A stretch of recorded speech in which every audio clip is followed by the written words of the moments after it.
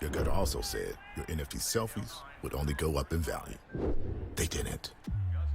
But your head is on SportsGrid and knows the QB is in concussion protocol. The backup has a 45 QBR against the zone coverage. The New York D has the most sacks in the league. So yeah, trust your head. It's smarter to be on SportsGrid. So what are your impressions of Valhalla, just for folks that have not seen it on TV or didn't watch the Ryder Cups or past majors? You know, they see a PGA maybe at a Southern Hills or a Bet Page or, whatever it may be. And they're like, Valhalla and Louisville, Kentucky. But like, look at the tournaments produced and it's insane. Yeah. It really has. And obviously, of course, I'm a bias toward it. Only on SportsGrid. Draisaitl could easily, at plus money, get the first goal, the second goal, the fourth goal. There's a few guys here. Maybe the prop betting market is not a bad way to look here. Clippers over the Mavericks. If I would have told you that score before the game, knowing that Kawhi Leonard wasn't playing, I would have really figured it would have been the other way around. But the NBA is just crazy. In-game live, all access. Only on SportsGrid. DraftKings making a progressive move, I think, that most other companies are also going to do or have done in the past.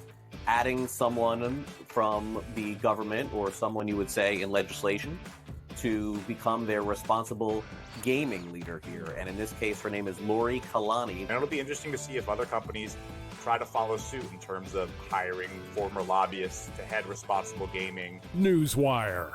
Only on SportsGrid.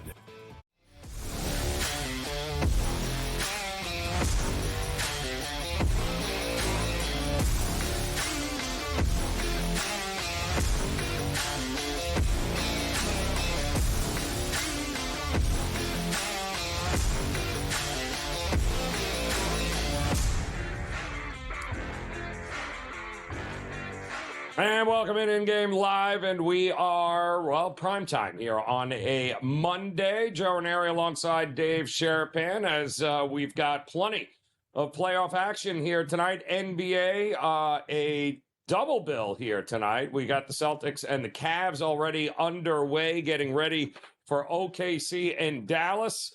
That'll be the second game, and this game is entirely too close, by the way, for Celtic fans already, as 55-53 with about 2 minutes left to go in the half. And, we've got the Rangers trying to close out Carolina with a trip to the Eastern Conference Finals on the line. You got Dallas and Colorado coming up after that. You got plenty of Major League Baseball here, Dave, and it's a good Monday evening, but maybe not so good right now for anybody holding a double-digit Celtic ticket right now going, you've got to be kidding me, Boston. Why are you not winning by 20 already? Especially with no Donovan Mitchell tonight, Dave. Didn't see this coming, not going to lie. Yeah, the Mitchell news was really interesting, right? Because the opening number came up. It sat there for a day, 8.5, bounced back and forth. And there's a lot of people that were like, I'll take the 8.5. I think it's going to be close. He's announced he's not playing it. It goes right. Like some books just went right from either 8.5 or 9 to 12 or 12.5 and continue to get money on the Celtics until finally somebody, reasonably came in and thought, I'm going to make a limit play on the Cavs. And every book in the world is going to need the Cavs tonight. And it's going to be one of those games where star player out, first half Cavs play, almost automatic, right? They just don't, because they'll have that man up effort, whatever you want to call it, the first half. Now, will this last? That's the question. Can we get there? Joe, how about this? I'll throw this one out at you. How about it falls 10? What are the chances the game falls 10, 11? Where all the originators at 8.5 cover and nobody else does, especially the late arriving crowd that laid 12 or 11.5 just doesn't get there. You seen that before? A million times. And it should have been, the key should have been that Donovan Mitchell was a late scratch. It shot up as high as 12 And then it got, but that was the cutoff point. Then it got bought back down. But you're so right. The NBA has always been a total league of overreaction, and going the other way has often been very profitable. But I'm fascinated with the total. I like the total over 207 to begin with, because I figured, what is Cleveland going to do besides chuck up a million threes?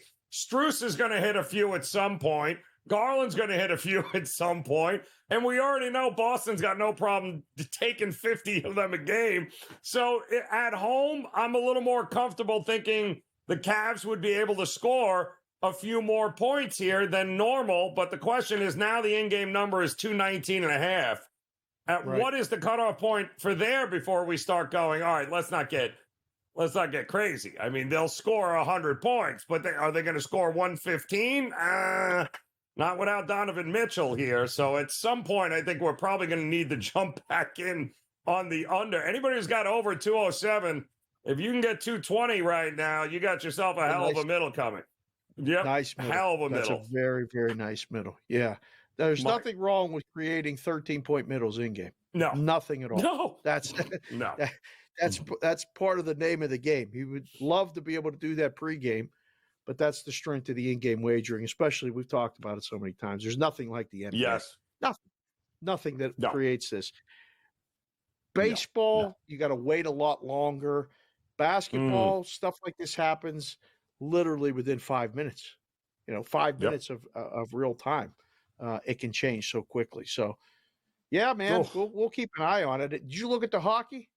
Did you look at the hockey tonight? I really thought the whole Ranger thing was a toss-up one way. I mean, the market, who'd have thunk it? In a closeout game, the Rangers and Carolina are 110 each side. What? Yes, that's right. No, and a team that's up 3-1 is still at best minus 110. It's a pick'em game. So I wasn't sure where to go, except for probably under is the way I looked here, Dave, given the fact that it's do or die for Carolina. And I think the Rangers have that kind of cushion where they're willing to play that kind of game where if they can steal it, they'll steal it. They'll be good to go. I don't think the Rangers are going to give lay it all out here tonight to get it closed out. If they win, they win. If they don't, I think they're comfortable in knowing they're not going to get beat 3 games in a row. With the games have been played the way they've been played, and then Carolina finally getting a win in Game 4, the only real path to victory for Carolina to extend the series on the road is to play it. I used to say this all the time in the room, and I don't even know where I got it from. Maybe somebody in Curacao back in the day. This is a soccer game on ice. This is we're gonna conservatively try to score, but we're gonna prevent the other team from scoring. And you're watching it like counter puncher. It's the Spider-Man meme, whatever you want to say. Everybody's doing it. So shots are almost even. Right now I got a 12-9 Carolina.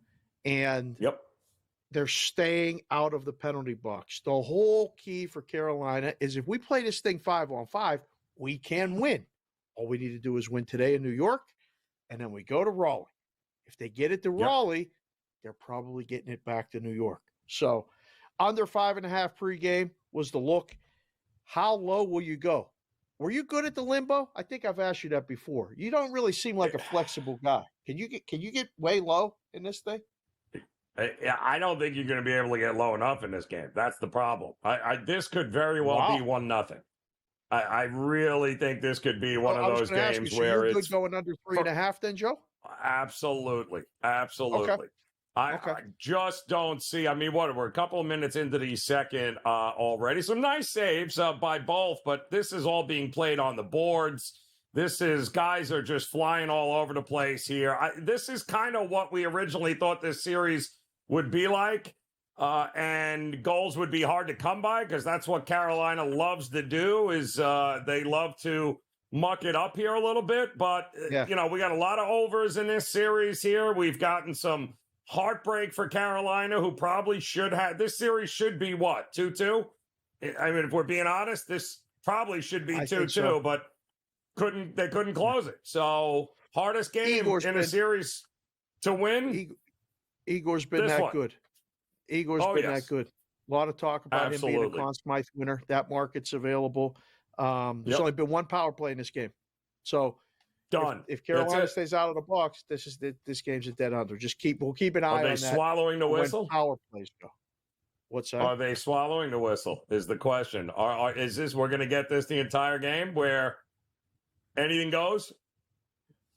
When the Then series it's go definitely an under. further along, the refs literally in the hockey become like not wallpaper, but I mean they're kind of affixed against the boards to make sure that nobody, really hurts anybody. But they're not blowing whistles. There's a lot more stuff going on that gets let go as we get further in the series. I'm seeing holding. I'm seeing a lot of things not being whistled here. So under is looking pretty good, and both goaltenders have made some pretty big saves so far here. We've got plenty of Major League Baseball. A lot of late games here tonight of interest here. A couple of games underway now. We'll get you caught up with everything that's going on. Baltimore and the Blue Jays are in a little bit of a pitcher's battle. The Mets out in front of the Phillies. Red Sox and the Rays knotted up, and no score. Cubs Braves. That is maybe the least shocking score so far tonight, with Amanga on the mound there for the Cubs. So we've got plenty to dive into in Major League Baseball. Plenty of games still to come. Playoff hockey, playoff basketball. We've got you covered in game live. Prime time will continue next here on the Grid.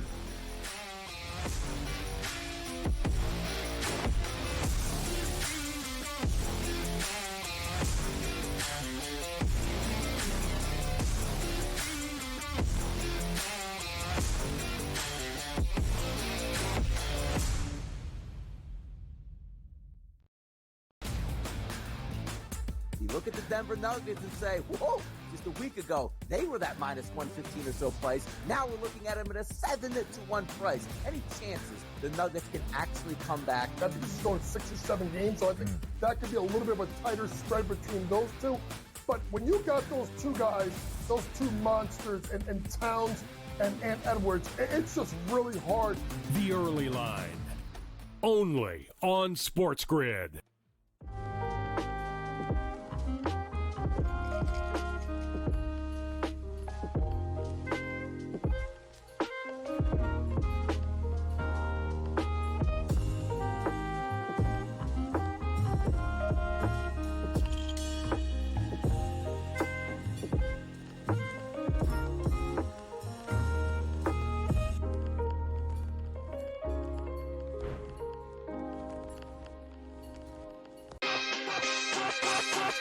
The Cam Rising stuff last year with Utah, 3 months of pretending he was questionable with a torn ACL, ridiculous. It's a lot of gray right now when it comes to this stuff, and we really are.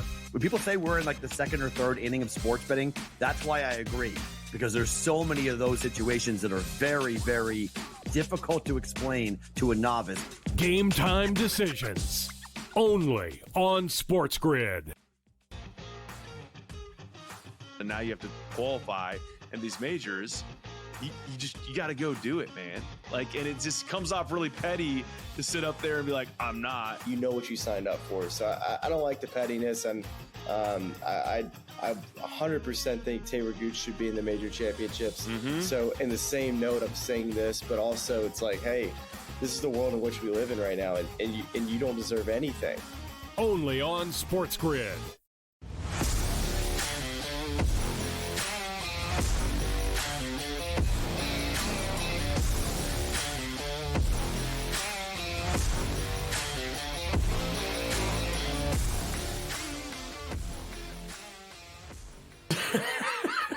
Kind of like shooting fish in a barrel. Welcome back in. It is in-game live, and we are primetime here on the SportsGrid Network. And as soon as we said what a unbelievably non-whistled game the Rangers and the Carolina Panthers have been, immediately the Rangers find themselves on a power play opportunity right now and can't seem to get anything going. 14 minutes to go in the second, still nothing. But again, the story right now is that the Cavs are hanging with the Boston Celtics, and this, of course, is pretty much It's not a closeout, but if the Cavs can't figure out a way to win this game, this is pretty much over, this series right now, with the Celtics leading 2-1. There are a lot of folks that did not see the score, the amount of points that have happened here in this game. And I think it's fascinating, Dave. The first half, I believe, was 5.5 for Boston. They ended up with a 5-point lead right now. That's what they have going into the break. But we're on pace for over 220 points if we can continue this flurry. And the question is, and that's a big if, are we expecting the Cavs and this crew they're rolling out to continue scoring at the kind of clip that they are right now? That is a big if, my friend, but it looks like the over is a pretty good play here right now. And Celtic fans should be worried, because this is usually the part of the program where the Celtics get very comfortable. They take their foot off the gas, and then everyone is sweating in the fourth quarter. I hope that's not the case tonight, but this feels like I've seen this movie before. So I'm looking at the numbers at halftime. 24-40 for the Celtics from the field. So that's 60%. Wow.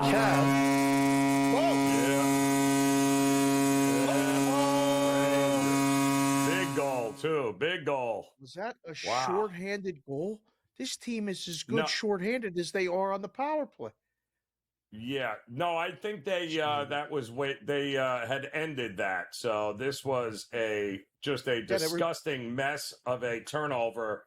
And it became a kind of a 2-on-1, and the Rangers ended up getting it done. Shorthanded, Joe. Shorthanded. Unreal. Oh, that's right. Carolina was on the power play. Two guys fell down for Carolina for no reason. They fell down, and nobody could seem to catch anybody on the Rangers. So Carolina back still on the power play now with 1.5 minutes to go. Fourth shorthanded goal of the postseason, the second in this series for the Rangers. And boy, Carolina is going to need to figure something out here quickly, because that was an atrocious shift right there, giving the Rangers a shorthanded goal. What is the in-game number now? Is it 3.5 still? 4.5? Got to go up one, no?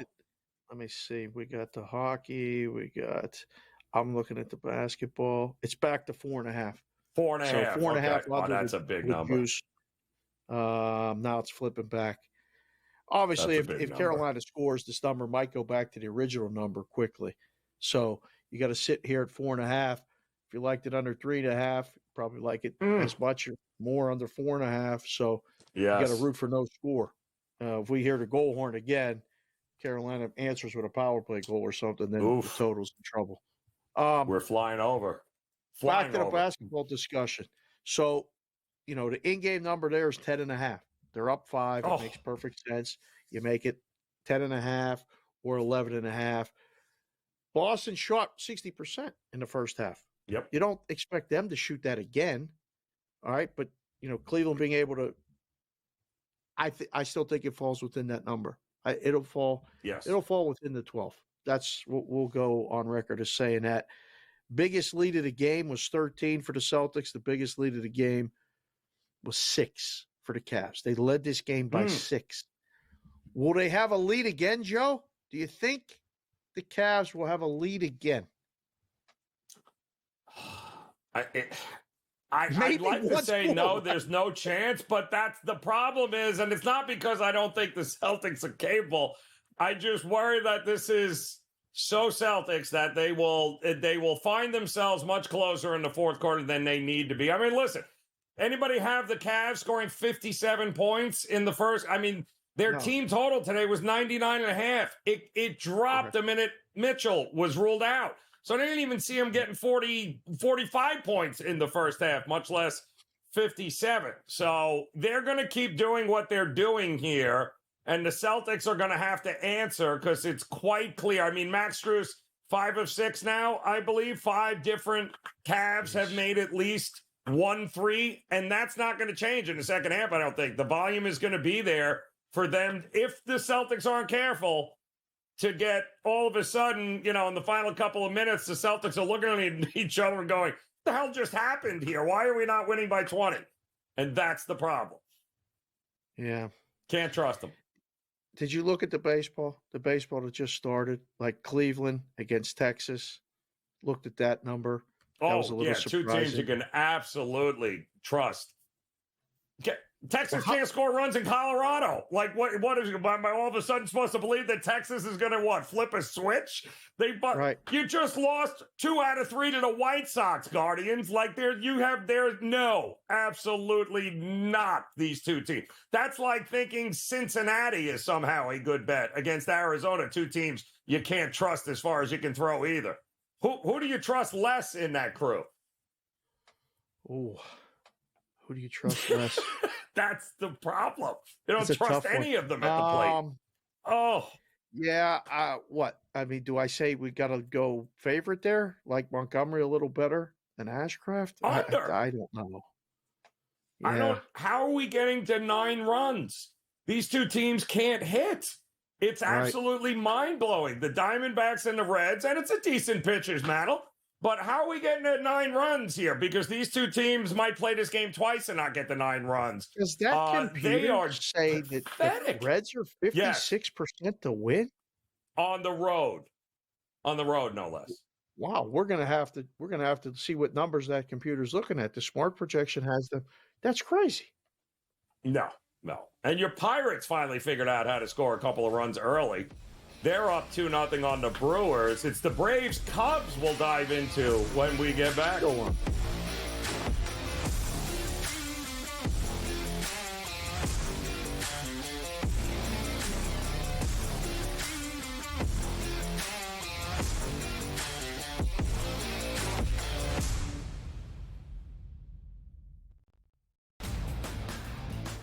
You look at the Denver Nuggets and say, whoa, just a week ago, they were that minus 115 or so price. Now we're looking at them at a 7-1 price. Any chances the Nuggets can actually come back? I think this is going 6 or 7 games, so I think that could be a little bit of a tighter spread between those two.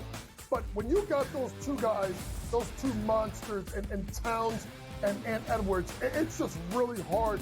The Early Line, only on SportsGrid.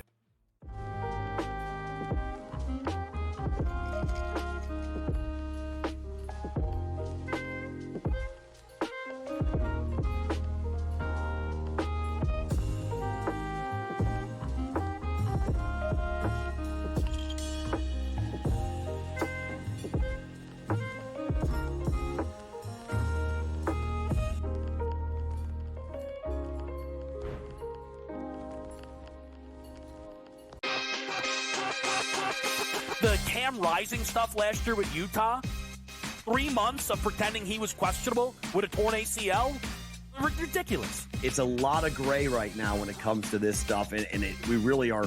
When people say we're in like the second or third inning of sports betting, that's why I agree, because there's so many of those situations that are very, very difficult to explain to a novice. Game time decisions, only on SportsGrid. And now you have to qualify, and these majors, you got to go do it, man. Like, and it just comes off really petty to sit up there and be like, I'm not. You know what you signed up for. So I don't like the pettiness, and I 100% think Taylor Gooch should be in the major championships. So in the same note, I'm saying this, but also it's like, hey, this is the world in which we live in right now, and you don't deserve anything. Only on SportsGrid.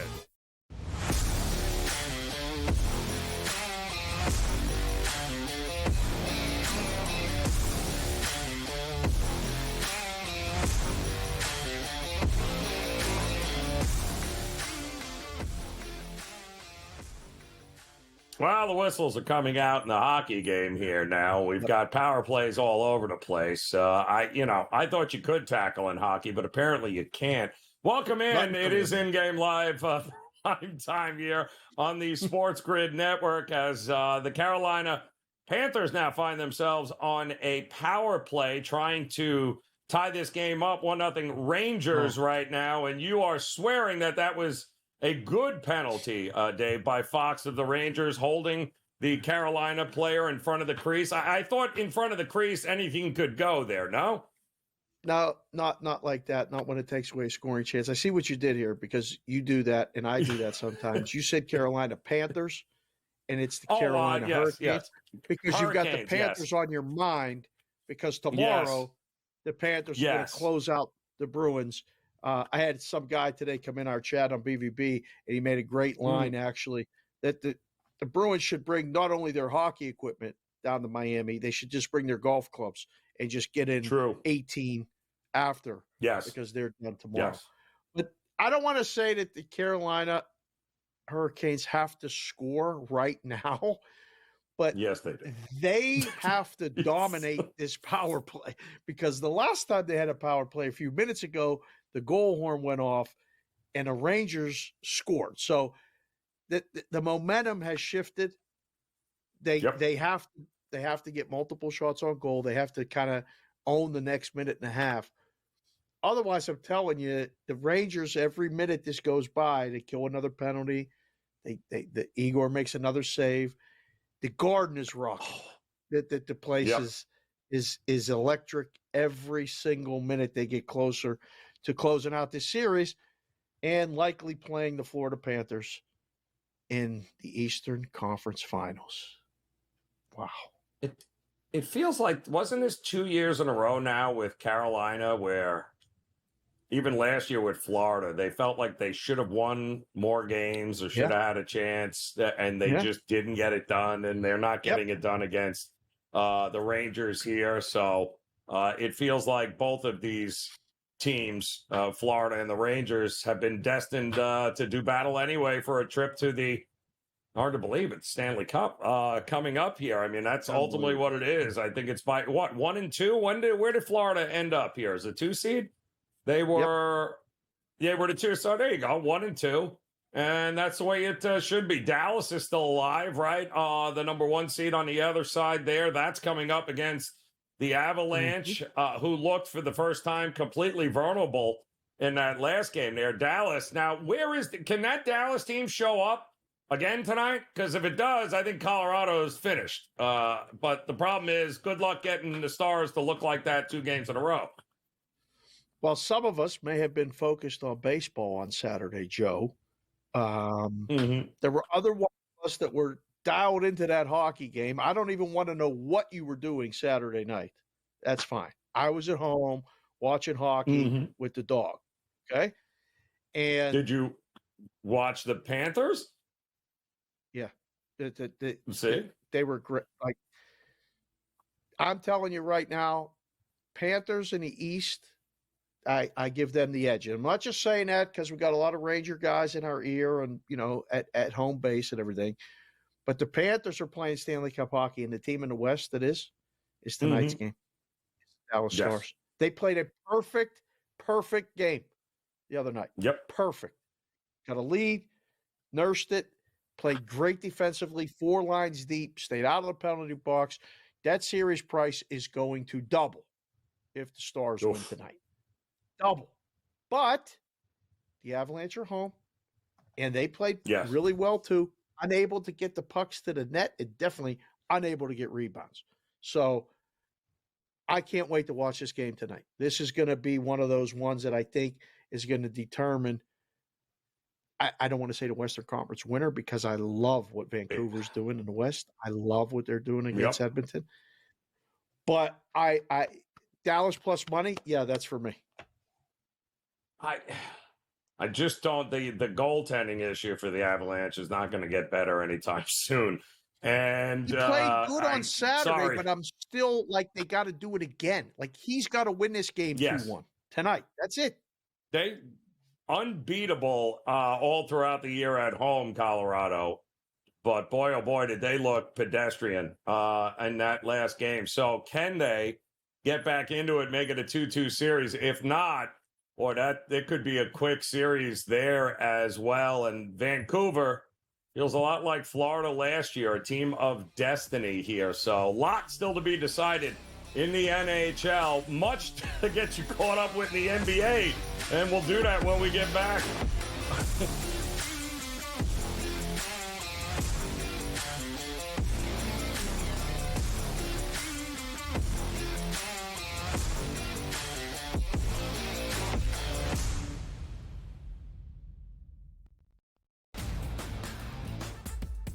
Denver Nuggets and say, whoa, just a week ago, they were that minus 115 or so price. Now we're looking at them at a 7-1 price. Any chances the Nuggets can actually come back? I think this is going 6 or 7 games, so I think that could be a little bit of a tighter spread between those two.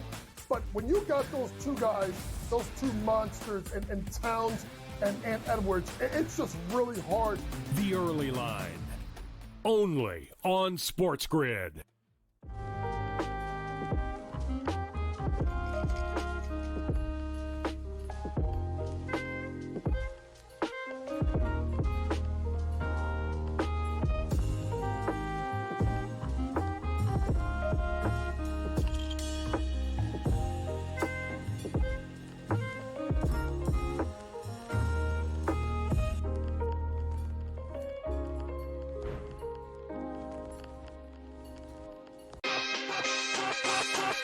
The Cam Rising stuff last year with Utah, 3 months of pretending he was questionable with a torn ACL, ridiculous. It's a lot of gray right now when it comes to this stuff, and we really are.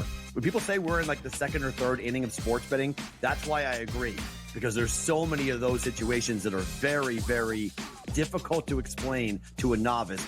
Game time decisions. Only on SportsGrid. And now you have to qualify, and these majors, you got to go do it, man. Like, and it just comes off really petty to sit up there and be like, I'm not. You know what you signed up for. So I don't like the pettiness, and I 100% think Taylor Gooch should be in the major championships. So in the same note, I'm saying this, but also it's like, hey, this is the world in which we live in right now, and you don't deserve anything. Only on SportsGrid.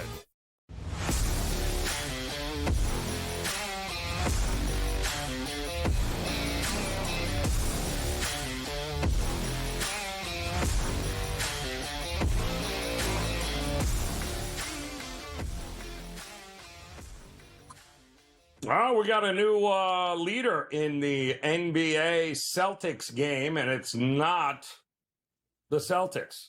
It's the Cleveland Cavaliers, who were just a minute ago a 10.5-point dog. They are now leading by 1 here on an 8-2 run to open up the third quarter, 65-64.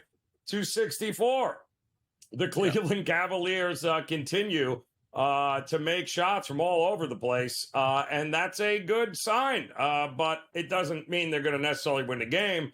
6.5 is the in-game number now for Boston, Dave. You'd be hard-pressed not to be able to hurry up and jump in the next maybe Cavs bucket as you can, because at some point this craziness shooting of the Cavs is going to go away for a little stretch, isn't it? Is it, though? Is it? Because didn't they do this in game 2 in Boston? Yeah. Didn't they do this? They had one of those nights where the third quarter, right, but they shot, I believe it was, they were 7 of 10 from 3 in the third quarter, and Boston was 0 of 8. This make or miss league thing that everybody keeps talking about, it's real. And if they keep making them, we were looking at it at halftime. They were under 50% from the field. And they were only a couple points down, 5 points down. Boston was shooting 60%. Wow. That's the number. Like that's the one that jumped out. That couldn't continue. So this little run here. At what point, Joe, if you're holding the Boston Celtics money line ticket, are you going, please not tonight? This can't be, because they're minus 475 right now on the money line. Yes. And they closed a $3 favorite. So, and they're neck and neck right now with Cleveland. And listen, I've seen Strus do this. He did it with Miami last year, and he continues to be chucking the rock. Garland's got 13, Strus 15. Karis LeVert showing up here tonight, along with Mobley and company. So everybody, it is really a team effort. But for the Celtics, it's all Tatum, really. 23 points, 6 rebounds, and 3 assists. Every one of his prop numbers, I'm hoping folks took the over on everything, because he's going to end up at the line late in this game shooting 1,000 free throws for a chance for the Celtics to win, no doubt about it here. But Holiday's got 10, Brown's got 15, but they are in a all-out fight. I mean, there's a desperation, it looks like, here with the Cavs that, all right, Celtics know they're in for a fight here. The question is who wins the fourth quarter, and that's what it's all going to come down to here, 68-65. We have no idea, Dave, what in the world is going to happen in the late game, because that, to me, is a coin flip game. As much as I love to think that I don't even know where to start outside of the total, because to me, flip a coin and just go with it that way, because both of those teams feel that's going 7. As sure as I'm sitting here, this series is going to go 7 games one way or the other. Wow. Okay. It's going 7. There's a lot of people that have been talking to me today on Oklahoma City. And it makes perfect sense. Okay. The zigzag, we've heard it for decades? I remember hearing about this thing 20 years ago. And I feel like it was more effective then. You talked about Luka walking into the building. Doesn't look like he's walking comfortably. No. The series price tells you that this thing is not over, but that's a pretty significant favorite right now. I mean, Denver's not even that, okay? And, I mean, that series is tied 2-2, and after what Denver just did, I would argue that should be the series price for the Denver-Minnesota series. I don't know, Joe. I agree. I think Dallas wins tonight, and regardless of what happens, I'm with you. I don't know if it's going 7, but regardless of what happens tonight, barring any major injuries or anything, OKC is going to win Game 5. I agree.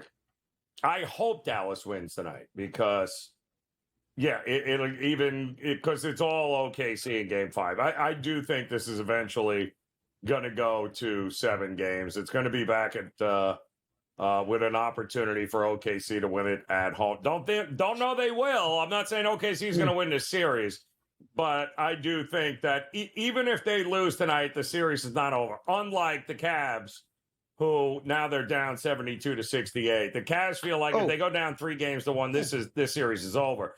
I just don't have that same feeling, because watching Luka walk into the building tonight, you'd have thought an 85-year-old dude was like, give him a cane, an oxygen tank. Like, he was struggling, people. I mean, struggling, just walking. Yeah. Like, I mean, at some point, it's... How is he going to, even if they win this series, Dave, what are we going to get from him moving forward? That's the problem I have with Dallas right now. Listen, there's some guys, all right, I know that they answer the bell like it's game day, we're ready to go. But I got a really good friend. I call him, Butchie, and he walks like you're describing. I mean, that's the way he walks every day. He's kind of a big guy. He got that kind of, little bit of a slow walk. He ain't shooting no hoops. I can tell you that. No. But when Luka gets the ball, it looks like it's crazy.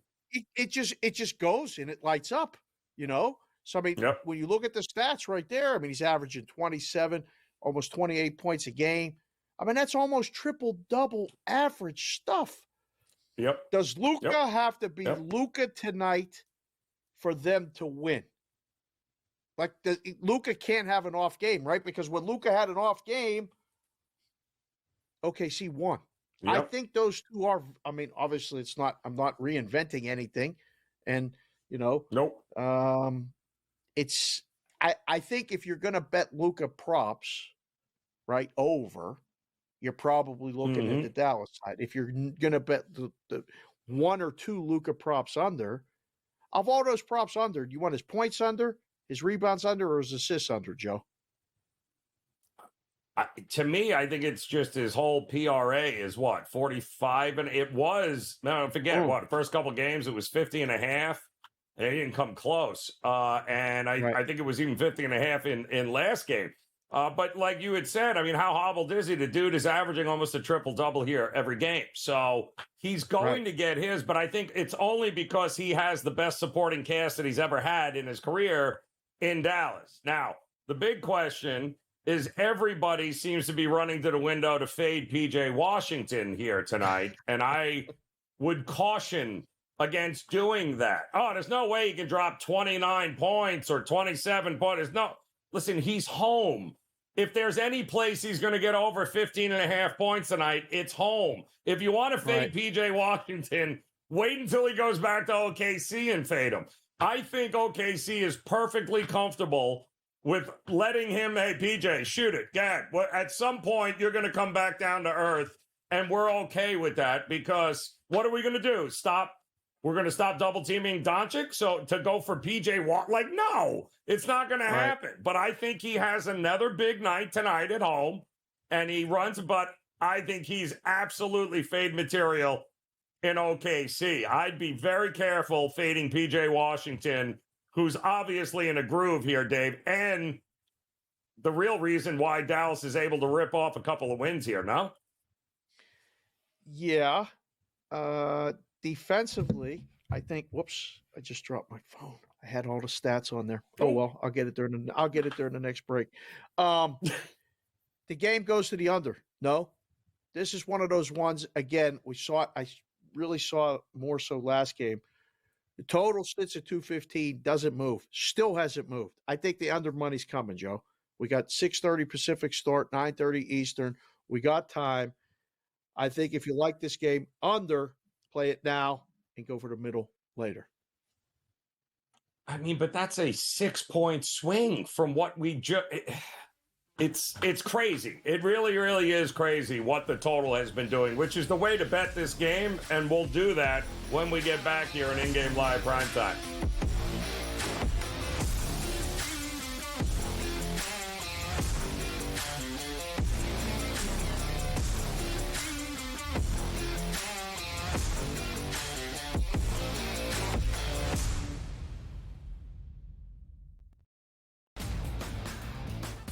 Look at the Denver Nuggets and say, whoa, just a week ago, they were that minus 115 or so price. Now we're looking at them at a 7-1 price. Any chances the Nuggets can actually come back? I think this is going 6 or 7 games, so I think that could be a little bit of a tighter spread between those two. But when you got those two guys, those two monsters, and Towns and Edwards, it's just really hard. The early line, only on SportsGrid.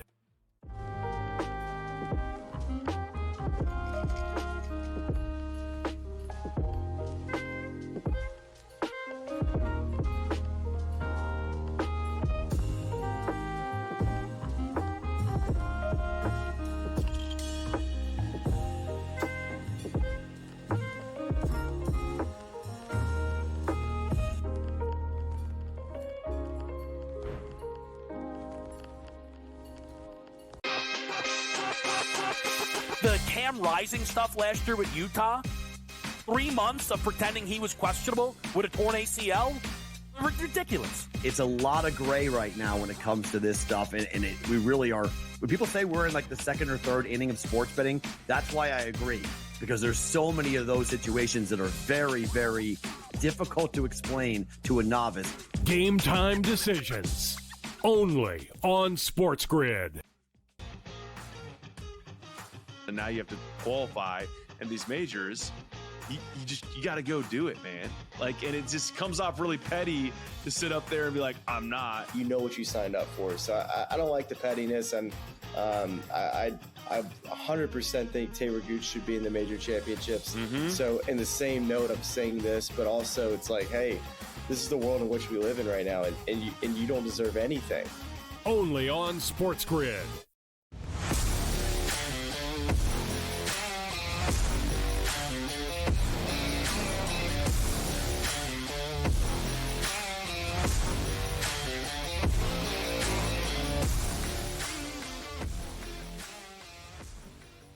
All right, welcome back in InGame Live, and we are primetime here on the SportsGrid Network. Joe Raineri alongside Dave Sharapan, and we are joined by our good friend George Kurtz here as I don't know what the hell the Rangers were just thinking, but they committed a penalty here with about less than 10 seconds to go in the second period. So barring anything crazy, they're going to have they're going to start the third period down 1-0, but on a power play, which is not a bad situation to be in, George Kurtz, trailing 1-0 here.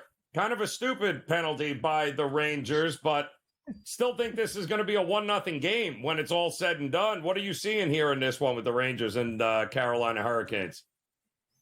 Yeah, I mean, you almost have to feel bad for Carolina, right? This is going to be another close game. Maybe they win, maybe they lose. But if they lose another game by 4 one-goal losses, right? So, I mean, it's just like I said, as an Island fan, I think this is sort of where you reap what you sow here. I think you got lucky in the first round with all the 1-goal wins, and now you're paying for it here versus a better team in the Rangers here.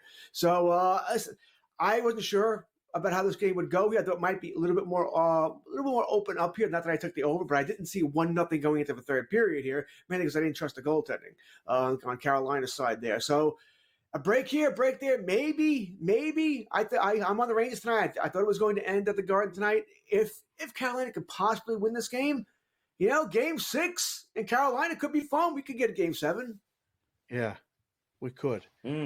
Let's look at a couple keys to the game, George. We got to find a couple keys because we're all looking for keys, some more than others, very recently. Carolina stays out of the box. They give up another shorthanded goal, okay? The Rangers have 4 shorthanded goals. They're 4-0 when leading after 2 periods this postseason. This is an under game. It's staying under. Joe said it could be 1-0. Is Carolina going to score in the third period? Yes or no? That's all I need to know. Give me that key. No. They're not gonna, I think they're going to get shot. I don't know if it's going to be 1-0 because they'll pull the goalie with at least 3 minutes that the Rangers would score. But no, I think the Rangers will. I'll go 2-0 here if I had to pick a final score here. Is for the Rangers. Igor your Conn Smythe? Are you already making is he making a campaign to be the Conn Smythe guy? I mean, he's a top leader right now, maybe in the Eastern Conference, right? Nobody on Florida truly stands out, right? They're more of everybody's playing pretty well there. You want to go in the Western Conference here? I mean, who's going to win, Dallas or Colorado? First, you worry about that. I mean, even for giggles here, if Vancouver beats Edmonton, we know Silos is not going to play every game. Demko will come back, so forget about that. Edmonton, it won't be Skinner. It would have to be, Hyman, Draisaitl, McDavid. So, yeah, I would think he's the leader because he's the one guy we know who's playing well, who's played well pretty much both series. So, yes, I would think right now in the clubhouse, he's the leader. And we also know that Conn Smythe, by the way, is sort of like the MVP in football. Quarterback always has the advantage. Goalie has the advantage in the Conn Smythe because he has to win 16 times, right, for the most part. He has to win 16 times. So, yeah, I think Shesterkin right now in the clubhouse is your leader. Seeing Rangers pitch a shutout for plus 200. Just saying. Ooh, that's a pretty good possibility that could Should it be more, though? Very well. Shouldn't it be more? Well, starting the period on a power play, too? I'm with you. I'm with you. I think it's an interesting look to approach it in the third period because we looked at it. What, both teams to score? I don't think both teams are scoring in the third, Dave. I really don't. No. The price is a little bit light. George, you're right. You're 100% right, George. Well, what's it go to if they?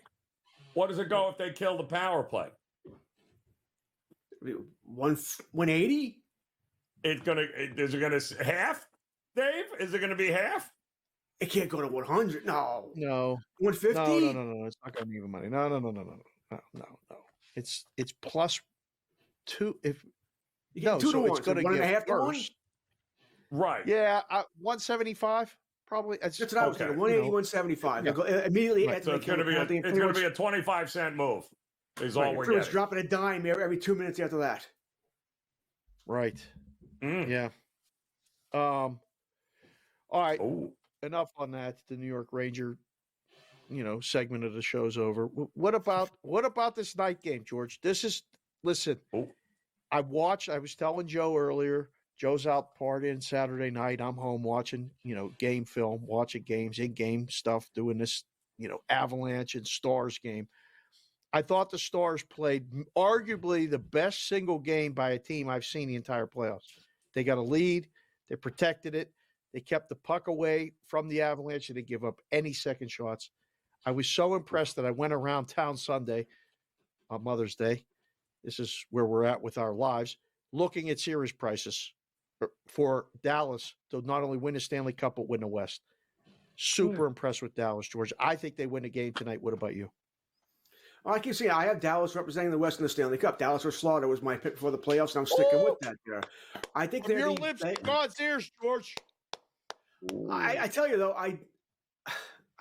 listen, we'd love to see him win tonight, right? And sweep in Colorado. Don't know if they can. And I got a better price here than what you guys got there, depending on which way you're going. I got minus 120 right now, plus 100 as far as the Rockies, the Avalanche being favored. I'm still mad about the Rockies sweeping the Rangers over the weekend. That didn't go well for me. So I am on the Stars as well, but a small play. I think the Stars are the better overall team, but can you play? You already said it, Dave. That was close to a perfect game they played on Saturday. Oh, it was so good. Yeah. Can you do it again? Can you do it again? Oh. And Colorado's been good at making adjustments. They've been very good at making adjustments in this postseason. So I think they'll adjust and change things up a little bit. It wasn't like they played poorly. Dallas just played very well. So can they do it again here? So a small play on Dallas. I don't really have much on the over here. You're getting plus even money on the over 6.5. The under's juice to minus 122. I kind of think it'll be a 3-2 game again, 4-2 somewhere around there is what I feel. And really 2-1 wouldn't shock me either. So I am leaning the under as well. Got to be correlated to Dallas winning and the under, right? Because if Colorado wins, something tells me it's going to be a whole lot of goals 5-2, in this 5-3. game, right? I mean, it's going to go the complete other way for the Avs there. But 6.5 even on both sides, so it is kind of a must-win situation. Kind of hard to believe that we're at this point, but yes, must-win for Colorado here tonight. Kurtz, stay right there. We got more to make fun of you about. We'll do it as soon as we get back here on InGame Live Prime Time.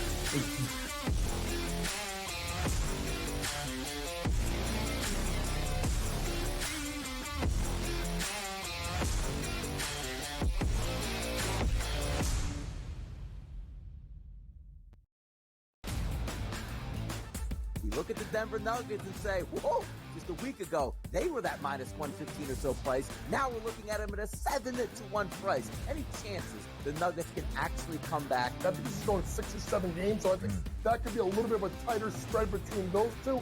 But when you got those two guys, those two monsters, and Towns and Edwards, it's just really hard. The early line, only on SportsGrid.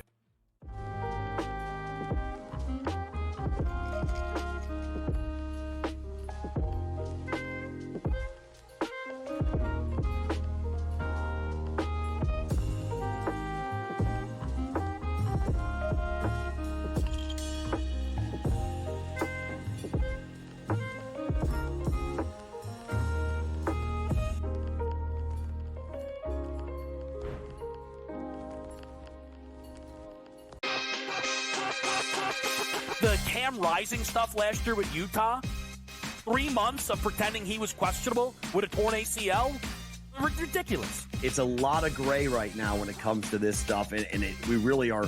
When people say we're in like the second or third inning of sports betting, that's why I agree, because there's so many of those situations that are very, very difficult to explain to a novice. Game time decisions, only on SportsGrid.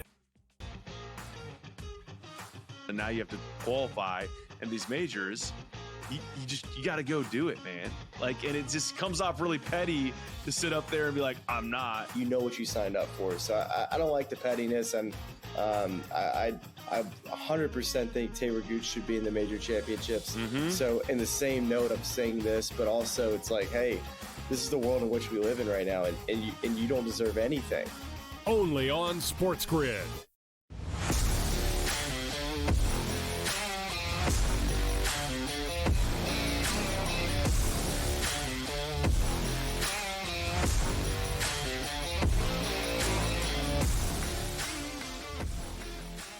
All right, welcome back in Game Live Primetime here on the SportsGrid Network. Major League Baseball in full effect here tonight. A lot of good games coming up late night here, beginning at the next hour here, Kurtz.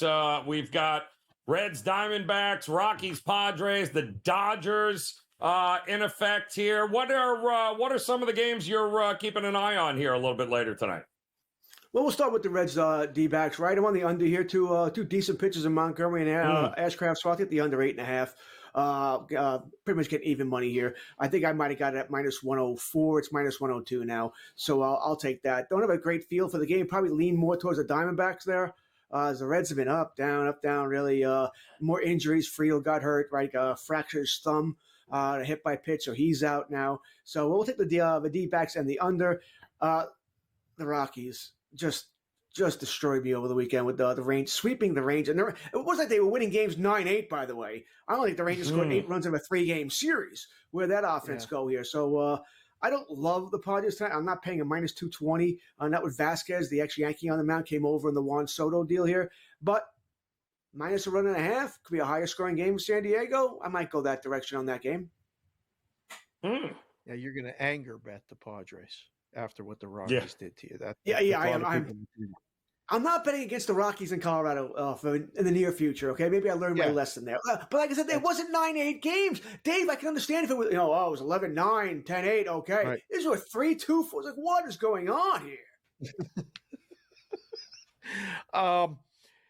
Let's swing it back to the hockey real quick. Did you see what Vancouver did yesterday?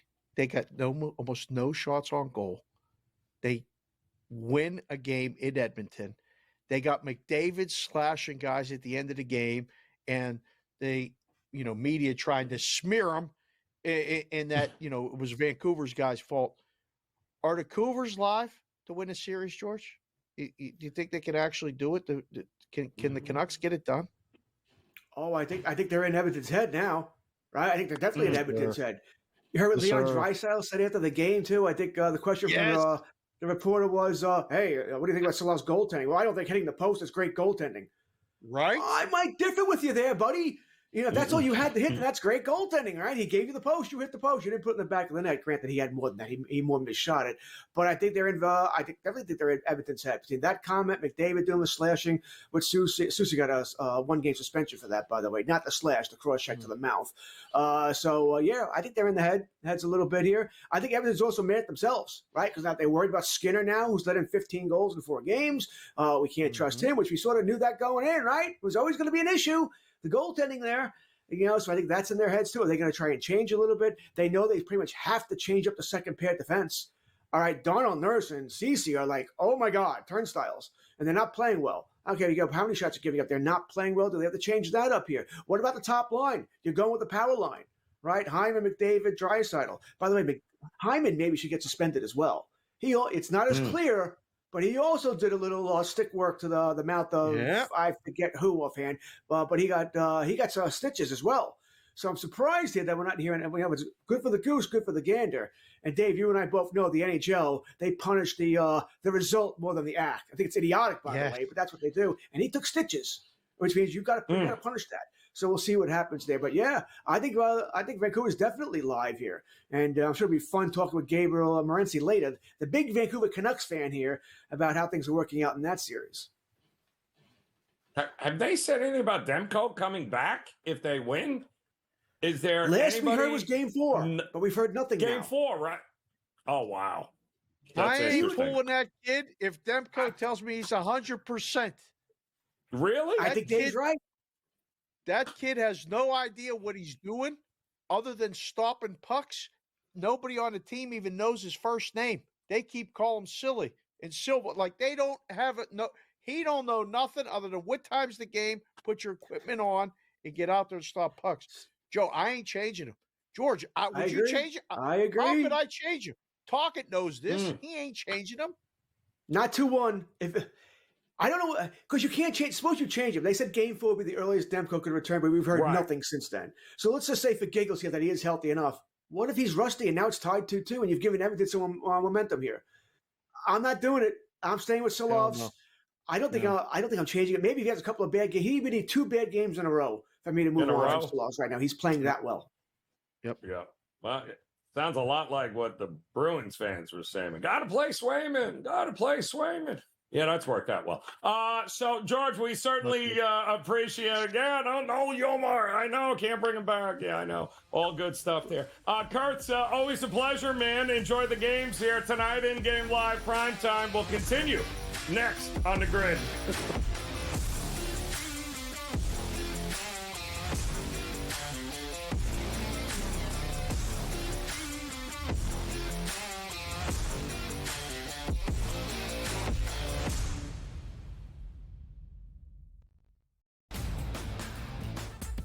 at the Denver Nuggets and say, whoa, just a week ago, they were that minus 115 or so price. Now we're looking at them at a 7-1 price. Any chances the Nuggets can actually come back? I think this is going 6 or 7 games, so I think that could be a little bit of a tighter spread between those two.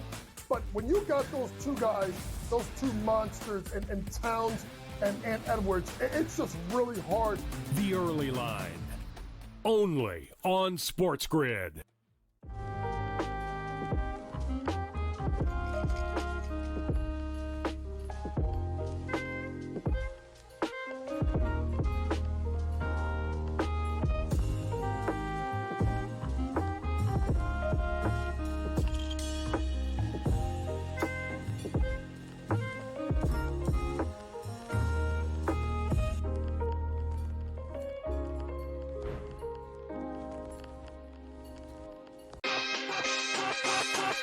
The Cam Rising stuff last year with Utah, 3 months of pretending he was questionable with a torn ACL, ridiculous. It's a lot of gray right now when it comes to this stuff, and we really are. When people say we're in like the second or third inning of sports betting, that's why I agree, because there's so many of those situations that are very, very difficult to explain to a novice. Game time decisions. Only on SportsGrid. And now you have to qualify, and these majors, you got to go do it, man. Like, and it just comes off really petty to sit up there and be like, I'm not. You know what you signed up for. So I don't like the pettiness, and I 100% think Taylor Gooch should be in the major championships. So in the same note, I'm saying this, but also it's like, hey, this is the world in which we live in right now, and you don't deserve anything. Only on SportsGrid.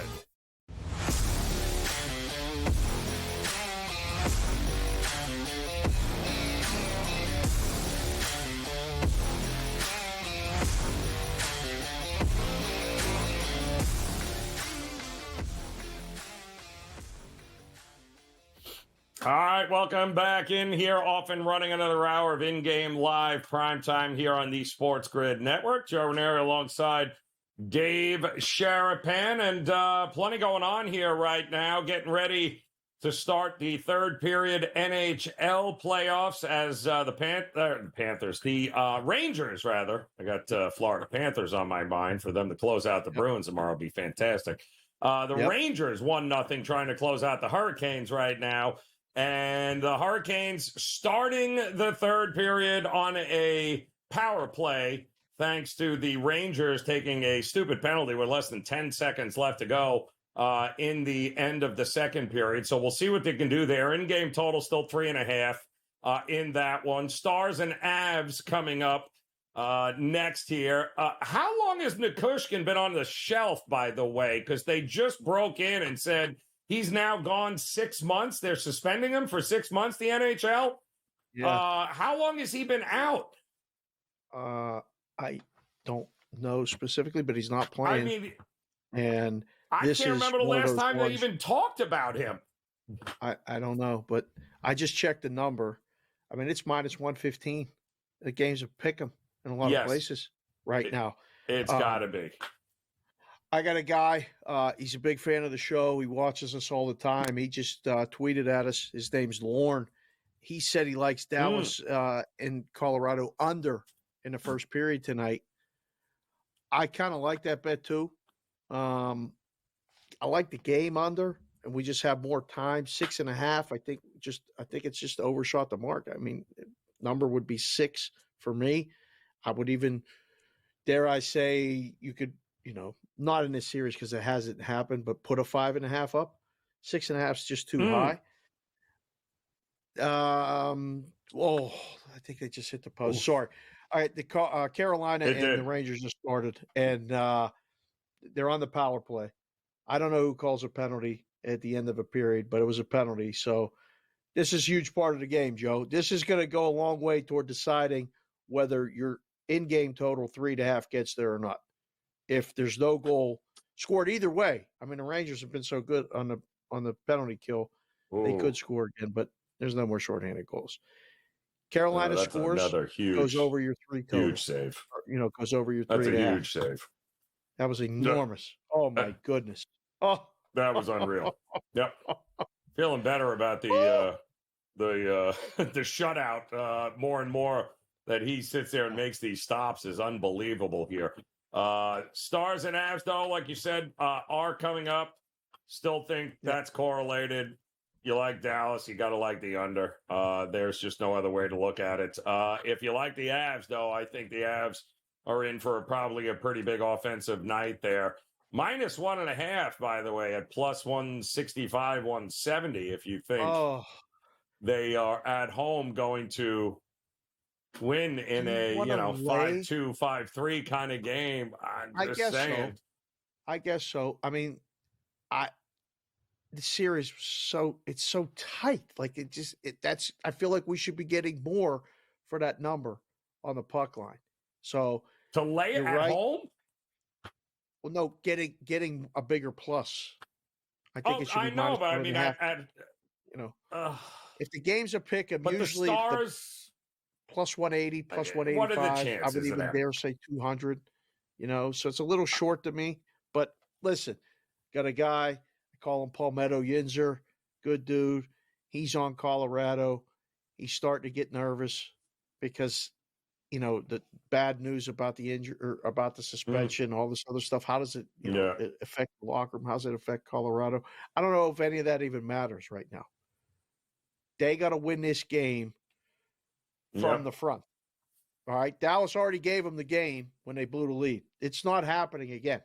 It was clear to me on Saturday that DeBoer has them going, everyone has one job when we get a lead. Make sure they don't score again. Mm-hmm. And in hockey, you could do that, especially if you got Otter, a guy like Otter in net. So if Dallas gets the first goal and let alone a 2-goal lead, shut it down, Joe. We'll pay attention fully to the basketball or to the West Coast baseball. I mean, the Dodgers, Yamamoto tonight. Easy money, no? Dodgers? Simple. No. Can't, two teams I can't. No, absolutely not. Yamamoto is, what is that number now? How much is that number up there to? -170, I think it is, Mal? Oh, no, Joe. No. Hit refresh on your board, Joe. It's up to 210. It's free money tonight, Joe. It's done. 210. My goodness. On the road. Then definitely I'm on the Giants. There's 2 books now, 220. Definitely on the Giants. Yes. No. You're not a Yamamoto. Yamamoto has been getting. No, I'm not, because the guy, it's way too many barrels. He doesn't miss enough bats. He hits way too many barrels, and that's the problem. But I'll say this. I would take the Giants in the first 5 because I love Hicks, and I think if this game has to go to the bullpen, the Giants are in trouble since they've used every reliever they have over the last 2 days for an exorbitant amount of innings. So they don't have anybody to come in and pitch. So I would look for maybe the Giants to be out in front here in the first 5, maybe take that half a run, because I do think Hicks has got he's got some electric stuff here, and maybe, just maybe, he can keep them close enough. But once he leaves the game, that bullpen is a hot mess right now, and that is where the Dodgers will kind of separate themselves here. Maybe the run line on the Dodgers full game, if you're going to go that route. Right. Probably a decent price. I guess. Or, yeah. I don't know. My phone's lighting up. My guy, Paul Meadows. Give him the goal. Give him the goal. Give him the goal horn. There it is. Goal horn. Yep. Carolina ties it up. 1-1. So much for the shutouts. So did I just hear that right? The Rangers. That we're not going to blow the whole Carolina, 1-1. It's just getting personal now? No. I mean, when a goal is scored, we got to blow the goal. It was half a goal. Whether it's for your team or the other team. Yeah. And that was a terrible, absolutely terrible turnover by the Rangers there that set this up. It was a bad turnover, but this is what Carolina's doing, right? Yep. Oh, man. 1-1, Joe. Yep. We're going overtime? Call it right now. 16:27 left. We going overtime? No, Rangers will have the next goal quickly in the next 2 minutes. Rangers will score, and then back and forth, because Carolina refuses to have nice things. Every time they've led, and this reminds me of what happened in the last game, right? Carolina's up. Oh, look at that. It's 2-0. Oh, it's 2-1. Oh, no, it's 2-2. Oh, it's 3-2. No, it's 3-3. It's they just refuse to play with a lead here, although some real sloppiness here too by both teams here defensively. But so far, the goaltenders have held up here, Dave. I mean, how many shots on goal does Carolina? I believe they were out shooting the Rangers, were they not? They were. Let me click refresh. They've been out here. playing them. We got 20-15, 21-15. 20-15. Now Carolina out shooting them. 21-15. But they've been doing this the whole series. They've been doing that the whole series, and they still can't win. Wow. Before we get to the break, did you look at the late baseball game that nobody's looking at today? The Cardinals and the Angels? Yeah. Two teams Cardinals are favored on the road. Can that end in a tie? Is that an option? Can we put tie? Is that a three-way? Because neither of these two teams also can hit, so that would be great. There's probably a market. Will a game go to extra innings? It's probably, not a big enough plus, but yeah. This one, I make a case this might be the least handle of the night on all these games. Everybody's going to be watching the basketball or the hockey playoffs or the Dodgers and the Giants. Terrible. Ain't nobody playing this game. Yeah. Terrible. Angels. They are terrible. Got to be the Angels. Awful. I can't think of two teams that maybe team totals under for both. How's that? That's not a bad look. That we'll look into here. An update in the NBA when we get back here in Game Live.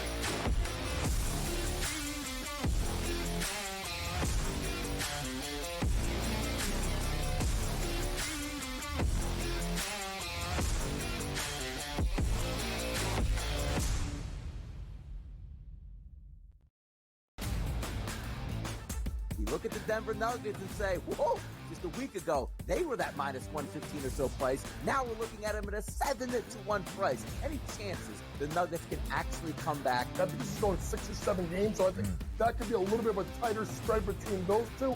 But when you got those two guys, those two monsters, and Towns and Edwards, it's just really hard. The Early Line, only on SportsGrid.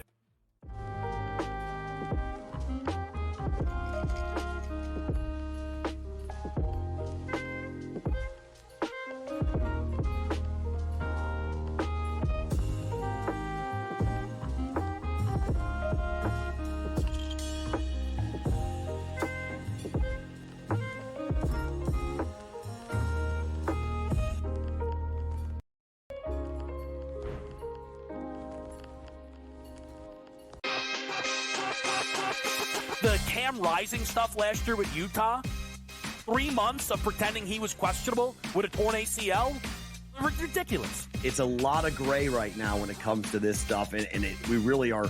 When people say we're in like the second or third inning of sports betting, that's why I agree, because there's so many of those situations that are very, very difficult to explain to a novice. Game time decisions, only on SportsGrid. And now you have to qualify, and these majors, you got to go do it, man.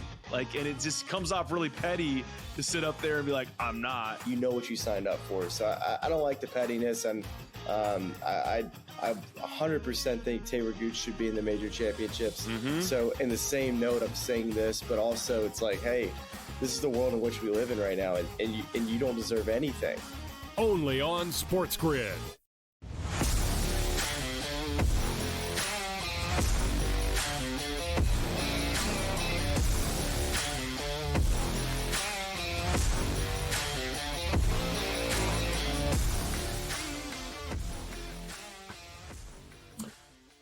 So we're probably not going to get a goal horn here. So let me just tell you that. Oh, I can't believe we did. Yes, we've got an update. Mandated. Madison Square Garden. Carolina has now scored the go-ahead goal. 2-1 here. That's got to be, Dave, I think 2 goals in 2 minutes right now. Carolina has taken the lead 2-1. The Rangers look stunned. People are leaving Madison Square Garden. They're Joe. putting on Devils jerseys. I don't know what's going on there. It's total pandemonium right now at Madison Square Joe. Garden. Mark Zinno stepping in and joining us. And Zinno, we got our own problems because the Celtics are doing what we feared they would do.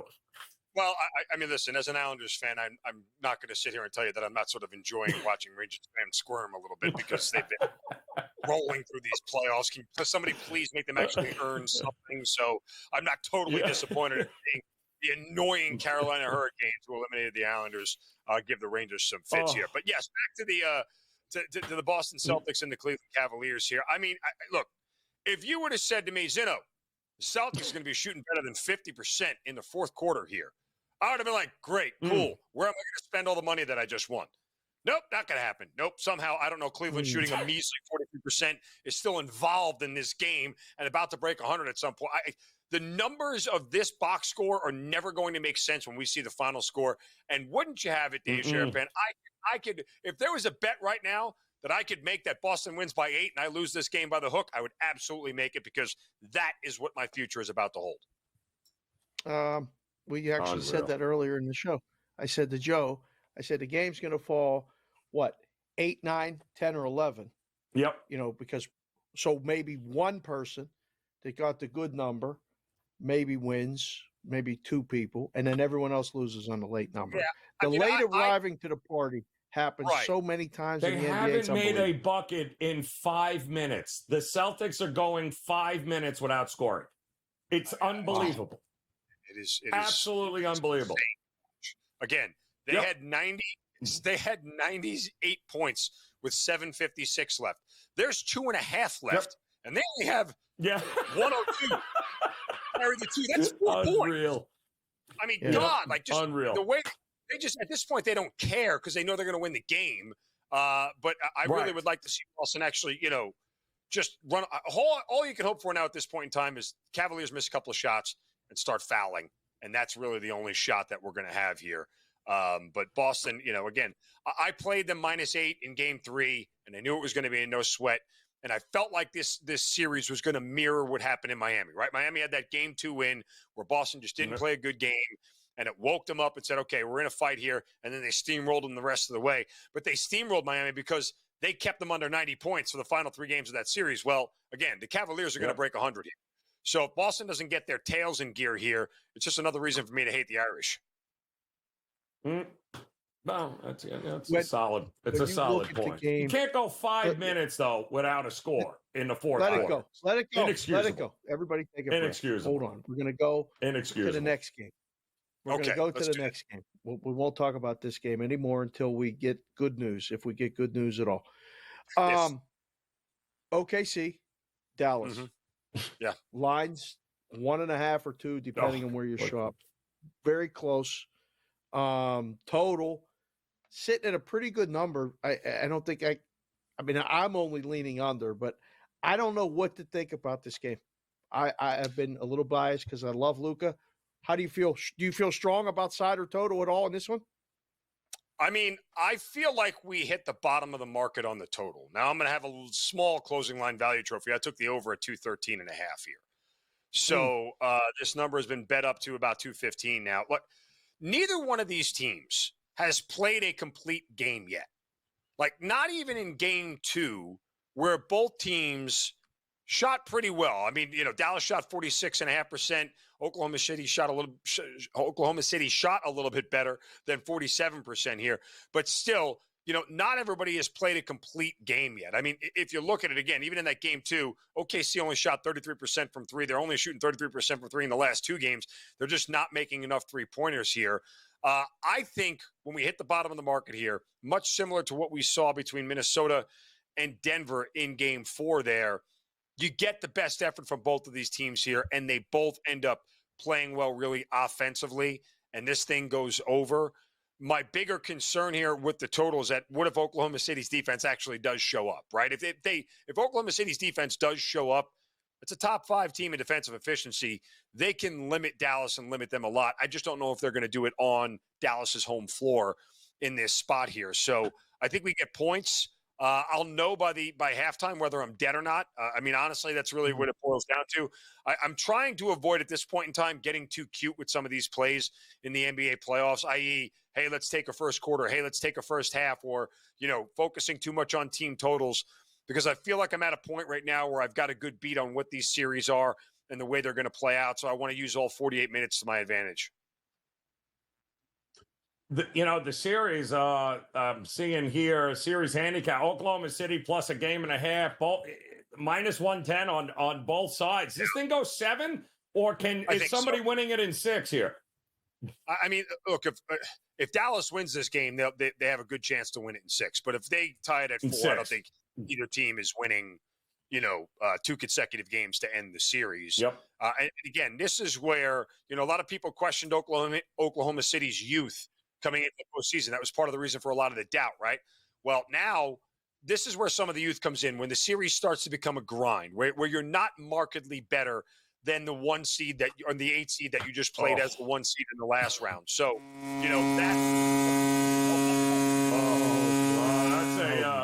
that's another Carolina goal just to make you feel better there, Zim. Sorry, that's 3-1. 3-1 Carolina.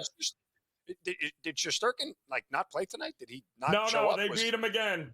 They beat him again. Another giveaway, though. Are you sure it's not like the thing where they traded, Shesterkin just had his mask on the whole time and nobody could actually see it was Igor. Is that you in there? And there's actually somebody else playing. Another turnovers in 3-1. This could get ugly in a hurry and get to an over. Also ugly is what the Celtics are doing right now in the final minute and a half. We'll have more on that when we get back. If Zino's head explodes, you guys understand why, but you're going to have to come back to figure out if he's smiling and still has a head. We'll do that next here in Game Live Primetime.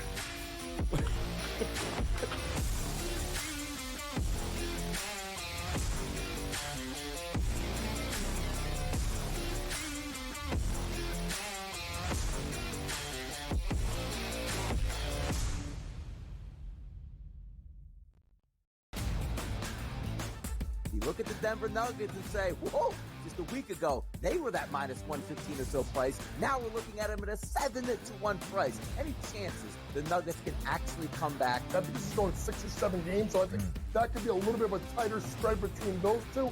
But when you got those two guys, those two monsters, and Towns and Edwards, it's just really hard. The early line, only on SportsGrid.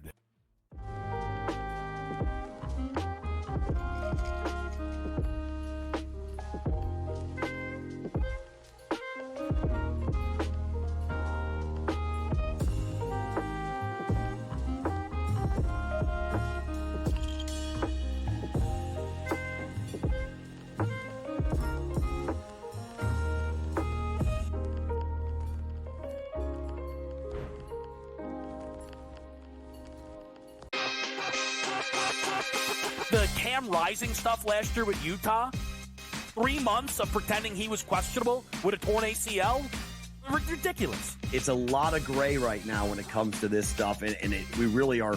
When people say we're in the second or third inning of sports betting, that's why I agree, because there's so many of those situations that are very, very difficult to explain to a novice. Game time decisions, only on SportsGrid. And now you have to qualify, and these majors, you got to go do it, man.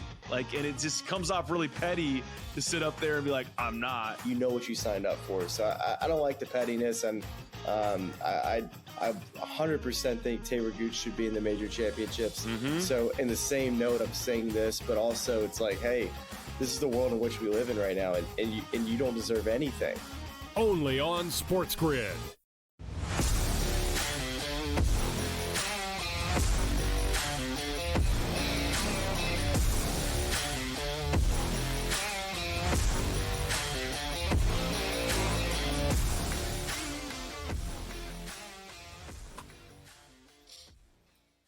Oh, disgustingness all around the horn. Rangers giving up goals left and right now. 3-1, they are down to Carolina, and it is looking more and more like this series is going to continue. It is 105-99 with 33 seconds left to go in the Celtics-Cavs. Don't think the Celtics are in danger of losing, but they are doing exactly what Celtics fans feared, and that is not caring enough in the final 5 minutes other than just winning, and that's kind of exactly what's going on right now. So there is hope for some fouls and some points, but in game, I believe the Cavs team total was 99.5.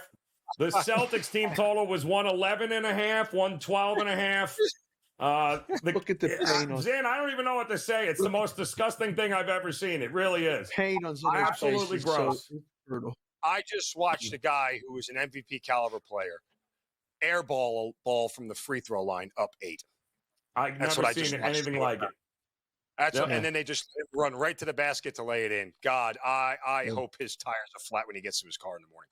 Oh my God. Yep. Unreal. Never seen anything like that. No, that is gross. 105, 100. 100.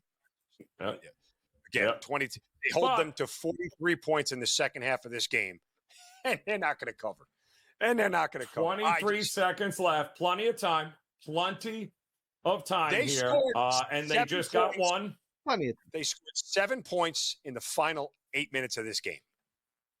That's right. I'm sorry. Now, Now 8 Derek points. White is hitting free throws, and he hit both of them. So we're up at 6. Now, you know the Cavs are going to miss here, and then they're going to have to foul again. So I still think push might be in order for you here. Now when you have 8.5. Oh, you have 8.5. I thought you had 8. Oh, that really blows. Oh, that's terrible. Oh, that's awful. Oh, that's not good. The 8s were gone. The 8s were going very quickly. That's not good. Yeah. The 8s were gone very quickly. Nope, 107. Oh, that's awful. There we go. He missed it. That's Foul him. Foul him with a second left. Foul him with a second left. Please, for the love of God. Yes. Get him to the free throw line. Oh, my goodness. This is gross. Not as gross as the card here tonight, though, Zin. You had a bet you were telling us on the Nationals, but Mother Nature stepped in and said not tonight. Interesting late night games. Where are you going? I mean, listen, I would still play, as much as I hate rainouts, I would still play if Trevor Williams is starting tomorrow for Washington against Chicago. I still think it's worth the play. And it's a 4:40 game against Chris Flexen. So as much as I don't love those early baseball games, it's worth it if you can, get it in. But I think when you look at the rest of the games tonight, I can't seem to get a Royals game right. I can't seem to, figure out the ways that the Royals need to actually do what I bet. Because if I take a first 5, they lose. They're trailing after 5, and they win the game. Like if I take first 5 under, they score 6 runs in the 4th inning. Like I've just been right on the team because they're good and they're successful. I've just been wrong on the read every time. Brady Singer's on the mound tonight against George Kirby. I mean, you got a total at 6.5. They're begging me to take the over in that game. Begging me to take the over in that game. But what I would do, I would probably look at Brady Singer's strikeouts prop against Seattle, a team that has one of the highest strikeout rates in baseball. Did he just miss that free throw? Yes, he did. Yes, he did. I can't even believe. Oh my God! Now we're talking about baseball. We're trying to talk about baseball, so we don't have to talk about this. I cannot believe what I just saw. I have 109-100 right now. Wait, I have 109-100 right now. What do you got?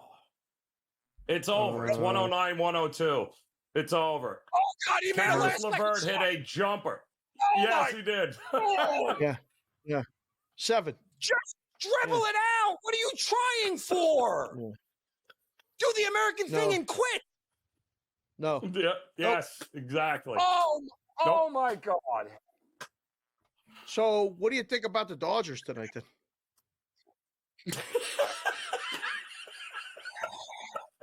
I think that I would like to become the bus driver for the Boston Celtics and run the thing into a wall. I can't. Oh, I can't. How about the Cardinals and the Angels? Anything? Cardinals? Yes. Angels? The Cardinals Angels should be a great. I hope Jeff Galooly shows up to Karis LeVert's knee on the way back to the locker room. Oh, I can't. Oh my God.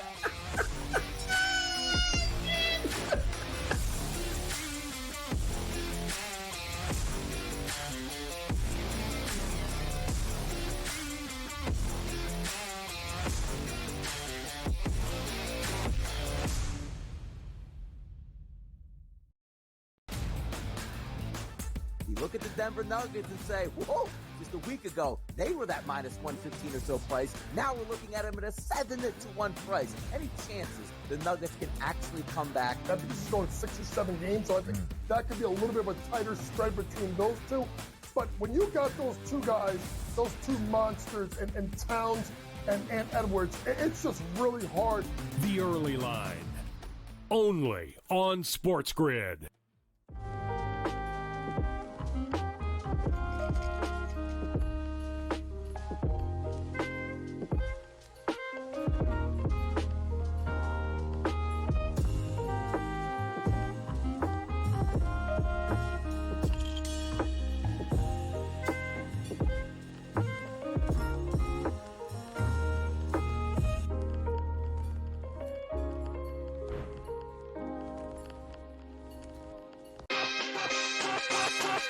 The Cam Rising stuff last year with Utah, 3 months of pretending he was questionable with a torn ACL, ridiculous. It's a lot of gray right now when it comes to this stuff, and we really are. When people say we're in like the second or third inning of sports betting, that's why I agree, because there's so many of those situations that are very, very difficult to explain to a novice. Game time decisions. Only on SportsGrid. And now you have to qualify, and these majors, you got to go do it, man. Like, and it just comes off really petty to sit up there and be like, I'm not. You know what you signed up for. So I don't like the pettiness, and I 100% think Taylor Gooch should be in the major championships. So in the same note, I'm saying this, but also it's like, hey, this is the world in which we live in right now, and you don't deserve anything. Only on SportsGrid.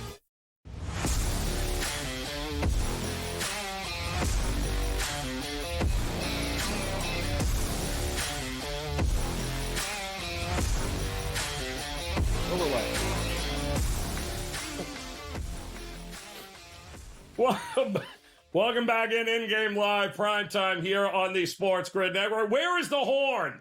Give us the horn. Come on. Let's go. We'll start this out. Yes. Empty netter. Carolina now 4-1 over the Rangers. What makes matters worse is we have 3.5 minutes left in this game, and the total now, Sharapan, is in jeopardy news. of 5.5 originally. That's bad news. I just caught the shot of the Ranger fans leaving the building. Our guy Vinny would actually probably leave the show if he could right now. He had to blow that goal horn. I hope he does not blow it again. Under 5.5 was good. It was good the whole game, and now we get the end of games. Zinn just experienced the pain of the end of a basketball game that was there, brutal. And then it wasn't, and then it was there. And that Zinn, can you talk right now? Are like I never really seen you mad, but like, are you good? Like, just we've all been there. We've all been there. I don't know if I should say what's running through my mind right now because I don't know if we're subject to the FCC violations, and furthermore, I don't want to tank my career wishing harm on several people have come across my television screen over the last couple of minutes. However, I let's just say right now I'm conjuring up images of my strolls through Baghdad and wanting to lay waste to everything in front of me, leaving behind destruction that is unknown to mankind. Look, you know, there should be a gentlemanly agreement that if you can't win the game in that spot, Karis LeVert, just do the American thing and quit. Just stop. Just dribble it out. Just nothing don't right do about what that. you just did. Yeah, like Nope. that's I mean, you know how in horse racing we can like box it, to cover our tails, like like you do. Yeah. Whatever happens, like I need one of those in this situation. I need like some sort of parachute to get me the hell out. So when that guy, as I have to find the words to say, that guy decided to do that, that it doesn't really count. That it doesn't count. It shouldn't count. But I mean, here's the thing. Well, listen, I'll just say this much. You've got to bet on the over, right? Coming up. But you have a bet on the over coming up. So all of this could be water under the bridge. We just need a big start early by Dallas. And by the way, the number keeps getting bet up for some reason here. Now it's almost up to 216. So there is going to be some points in this game. That means we're going to get a 19-12 first quarter. That's right. Be 19-12. Each team is going to shoot 20%. I mean, this went off the rails in a heartbeat. You guys know this, though. Like, you'd almost rather have your bet never have a chance and you just walk away and take the loss than going through that whole thing. It's just it's like going on the first in day. the playoffs. Does she not like me? Am I going to get lucky? Am I not going to get lucky? Like, what's going to happen over the course of the next 20 minutes? It's the time invested when you lose like that hurts because you feel like in a book, you could just turn to the next game. If you're buried in the first inning, first quarter, whatever, you just go, all right, this is done. I can stop watching this and focus on something else. Like tonight, Colorado, San Diego. I mean, that's a layup. No, I mean, this computer's only got them a small percentage to win. What kind of layup is that at 55%? What's that? By the way, what kind of layup is that? Hey, Joe, you understand this in our industry. Can I just say when you get the notification that the bet went final on your phone or your email? Yes. It's just like rubbing it in. Like, I just watch it. I don't need the freaking email to tell me everything. Right. You got to turn off notifications, Sid. You got to turn them off. You got to turn them off. You got to turn them off, man. You got to turn them off. All right, anyway, so let's talk about something. All right. Good. So start with the Dodgers and work our way back here because Dave is trying to convince me to lay the 200 with the Dodgers because apparently it's a slam dunk. And now he just tried selling you to lay the 235 on the Padres as a slam dunk. Something tells me we should bet the Rockies and the Giants. What are you thinking here? Look, I would look at possibly like San Francisco team total under in the first 5. If Yamamoto does what he's supposed to, and this is a bad Giants offense, you're probably going to have to lay. It's probably going to be 1.5. But if he does what he's expected to do, and a guy with a 2.79 ERA and 1 WHIP who's got 47 Ks in 42 innings, you look at the Giants as a pretty above average, has a higher strikeout percentage than most teams in the league do, then, he should be able to take care of business on his own and do enough here to get through these first 5 innings unscathed. I don't like laying 200. It's just, it's not ever a place that I want to get comfortable doing. But, I think in general, you trust that Yamamoto will do it. And maybe even, with 7.5s, if you get a 4 in the first 5, I'm always inclined, if I get a good starter on the mound, to take the under, right? Especially if I have one good starter, right? I feel like I have 5 innings under control, and then I'm just looking at the other side of it and how much risk am I willing to tolerate with the lineup that's going here. Yeah, the Dodgers can, knock the snot out of the baseball, but Jordan Hicks has been pretty good so far for San Fran. And really, that happens. You know what I do? What does he do the first time through the orders, right? So take a look at his splits and see what you can figure out. If he could survive the first time through the order, and this is a guy so far this year that's holding opposing hitters to a 172 batting average. He's only given up 1 home run and 11 hits the first time through the order. And what do we talk about, 5 or 6 starts now? Okay, then I'm going to run through with it. If he gets through the order once unscathed, I feel pretty good about the second time through the order going, you might get touched up for a run or 2, but that may be enough. Are you shocked we have no runs in the Ranger and Guardian game? We're in the 6th inning and it's 0-0. Somebody Am I just seeing this correct? The Guardians. I'm not. Look, the Guardians' bats have cooled off from April. They're back to being the team last year that couldn't score in the whorehouse with a fist.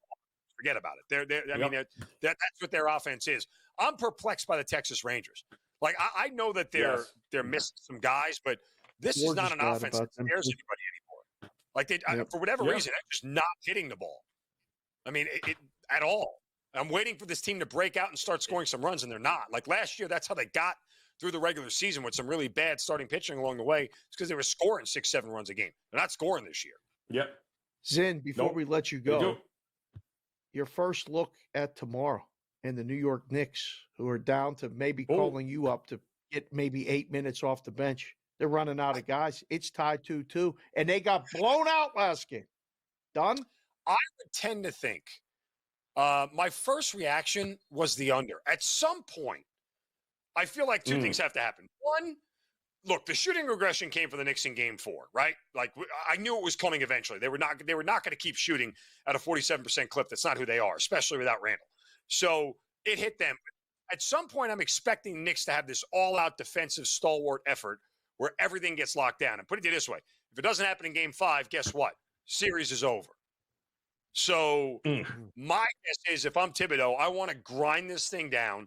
I want to play as much defense as possible. I lean under. Like that was my first look at 217, wherever it is right now. That was my first look was go under because I don't think the Knicks can win another over game. Despite what they did in the first two, I don't think they can win another over game. I'd be shocked if they don't slow this thing down to some sort of crawl here and do their best. I'm kind of with you. I think the under is absolutely the way to go. Dallas up in front 5-4 quickly here. 9 minutes left in the first, so plenty of time there. I think this is, again, going to be a great back and forth game. Zin, go pop a bottle, kick back, relax, enjoy this game. It's going over, my man. It's going over. We'll be back in Game Live Primetime.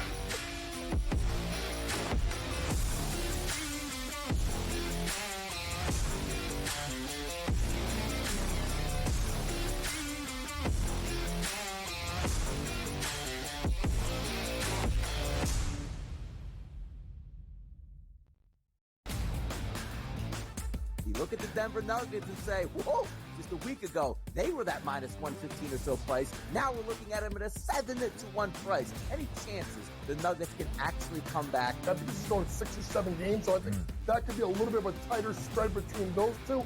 But when you got those two guys, those two monsters, and Towns and Edwards, it's just really hard. The early line, only on SportsGrid.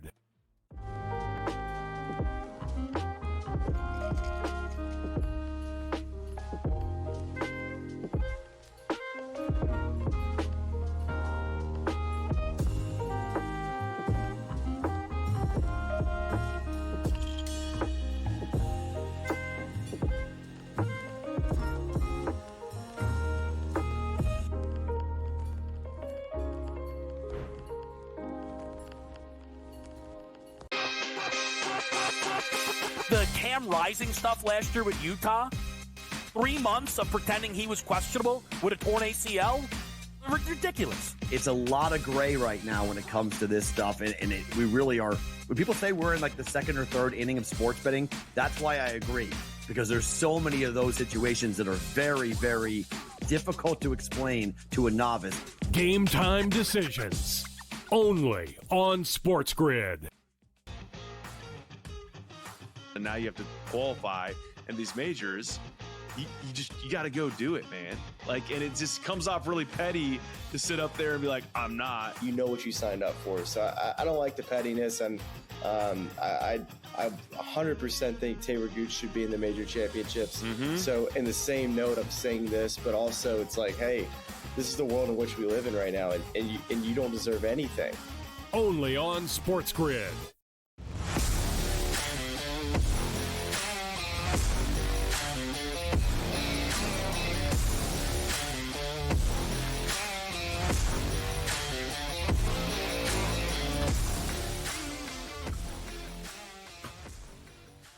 All right, right, welcome back in-game live, and we are primetime here on the SportsGrid Network. One NHL game in the books as Carolina makes it a 3-2 series now against the Rangers with a 4-1 win. They're getting ready to drop the puck.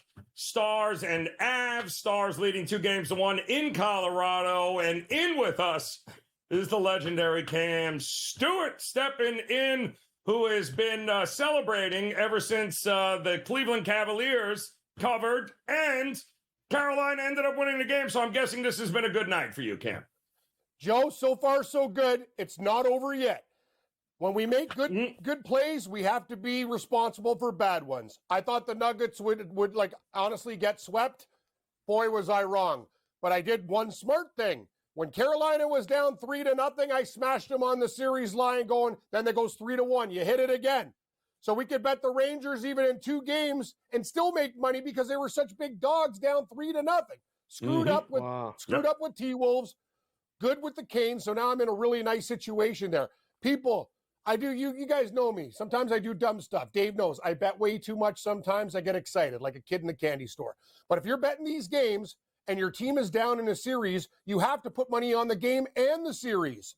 You have to. They're down. Yep. Like, look at Carolina now. It's 3-2. They were down 3-0. So you're hitting it. You're hitting it twice.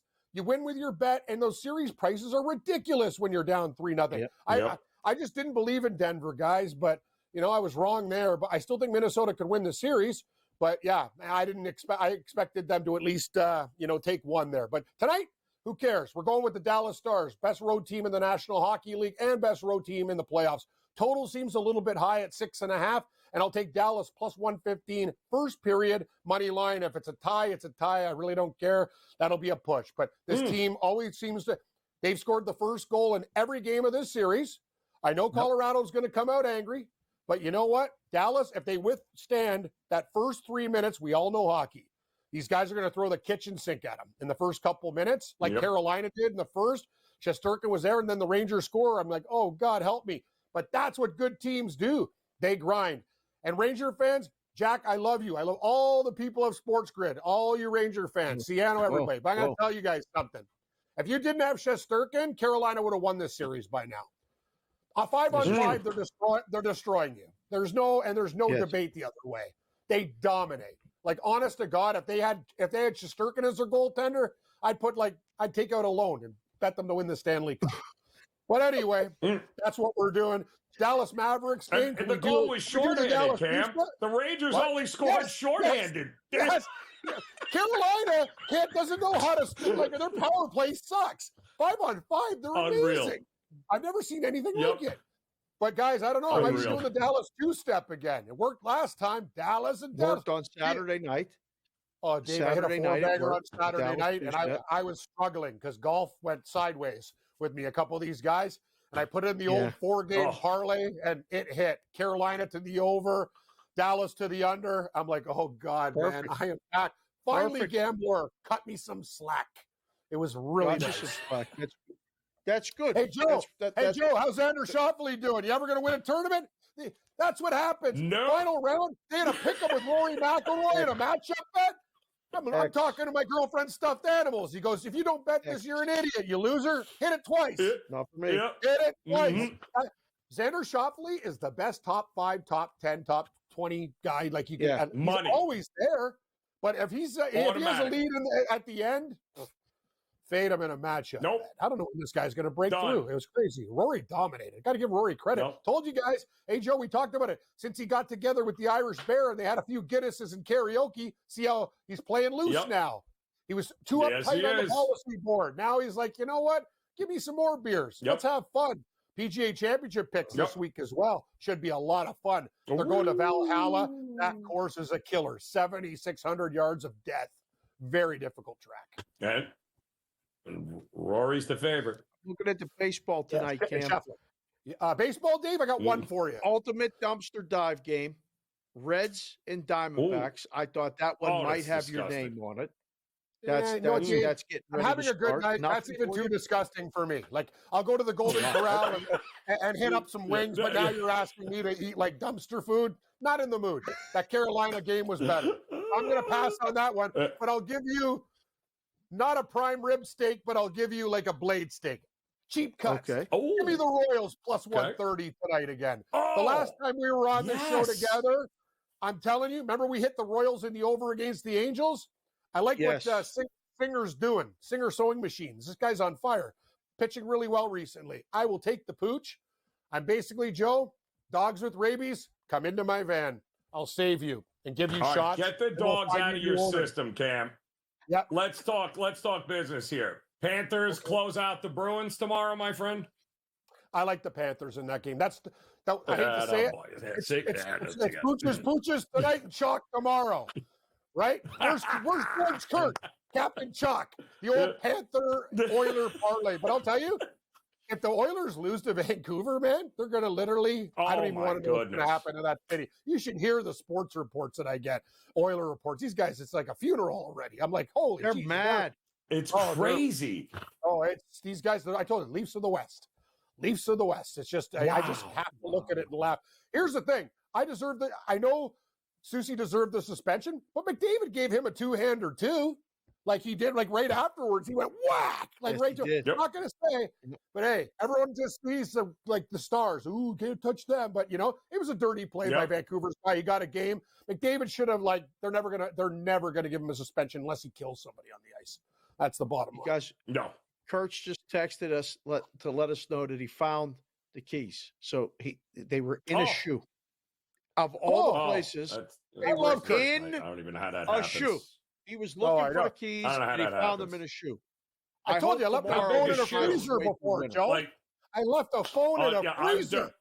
I do the dumbest stuff. I'm like, I was so busy. I was doing stuff. I was getting this, moving.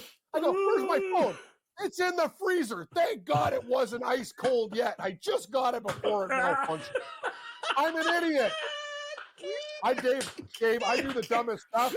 Literally, if you look under my bed, I think I'll find $37 in loose change. And I got a lot of weird stuff. I can't. Anyway, let's go underdogs. Cam Stewart. Let's go dogs tonight. Cam Stewart coming up top of the hour with Gabe Morency. We'll close it out next year.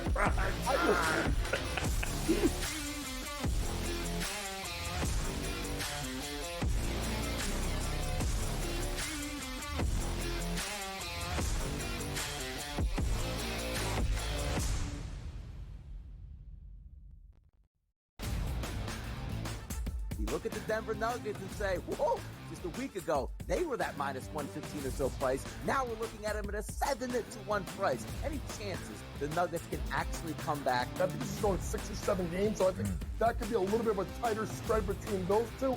But when you got those two guys, those two monsters, and Towns and Edwards, it's just really hard. The early line, only on SportsGrid.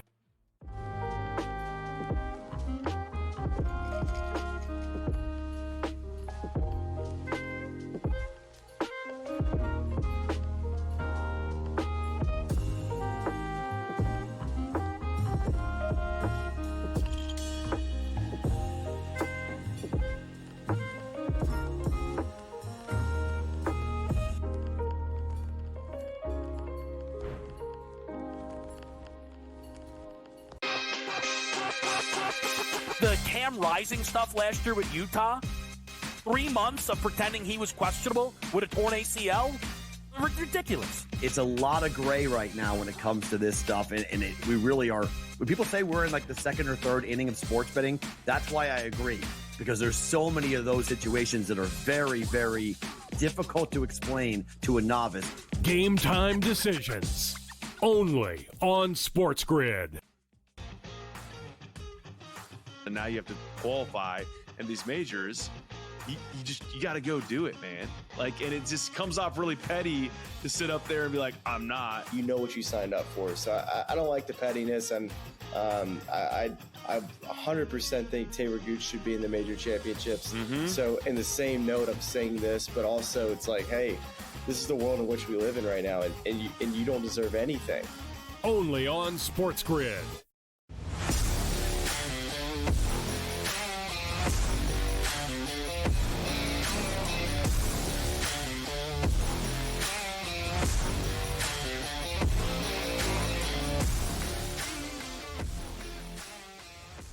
long time. Well, welcome back in-game live prime time. I feel like I need a nap between Zeno and Cam Stewart. I am winded here. I feel like Doncic, like he walks, like everything hurts right now. And I have to admit here, Dave, you nailed it, man. They had a picture of Doncic walking into the building against OKC at the start of the game. He looked like a 75-year-old man the way he was limping in, walking slow. Yep. He's all over the court right now. I don't know what's going on or what kind of Superman, juice they're giving him here. But my goodness, it is a 22-10 Dallas run in the first quarter here, Dave. Things are going swimmingly for the Mavericks at home right now. You got to be careful, though. Like, you can't get too crazy.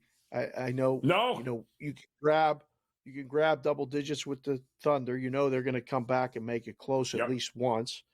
But I feel for Zin. Like, I hope he doesn't go and leave the house and go get some food or something somewhere or anything like that. Right? Because somebody's going to say, hi, sir, how are you? And he's going to be like, I had 8, and it fell 7, and then, he's probably going to yell. Like, we don't.